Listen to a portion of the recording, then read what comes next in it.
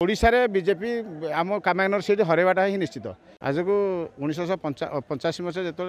प्रथम पद्म फुटेलु आम बीजेपी को आनी प्रसन्न पटना को से दिन आम अच्छु से दल में रहीचु कि बर्तमान आम यही बर्तमान निर्वाचन मंडली जो प्रार्थी देती माने जी संगठन अच्छे ताकू न दे जो शत्रुघ्न जेना को देती संगठन से कौ हिसाब से नेतृत्व मत देती उपर स्तर नेतृत्व से कौन भाविक देती आम बुझीपारनु जोटा कि एवं आम दल तरफ आम बसीलु 1000 लोक खंडे आम कर्मी बसीलु आम निर्वाचन मंडली यही गला बुधवार दिन से समस्त असंतोष प्रकाश कर भविष्य में ये तो निश्चित भाव में हार प्रार्थी बदला न जाए हारवाटा निश्चित बीजेपी हार जो कहते मोदी जो 400 मिशन से सीना ये अन्यठू कि ओडिशा बीजेपी आम कामायनर सीट हरवाटा ही निश्चित आ कामायनर प्रभाव पड़ो पर्जंग कामायनर प्रभाव भी पड़ो ढेंकाना ये तीन निर्वाचन में निश्चित भाव प्रभाव पड़ो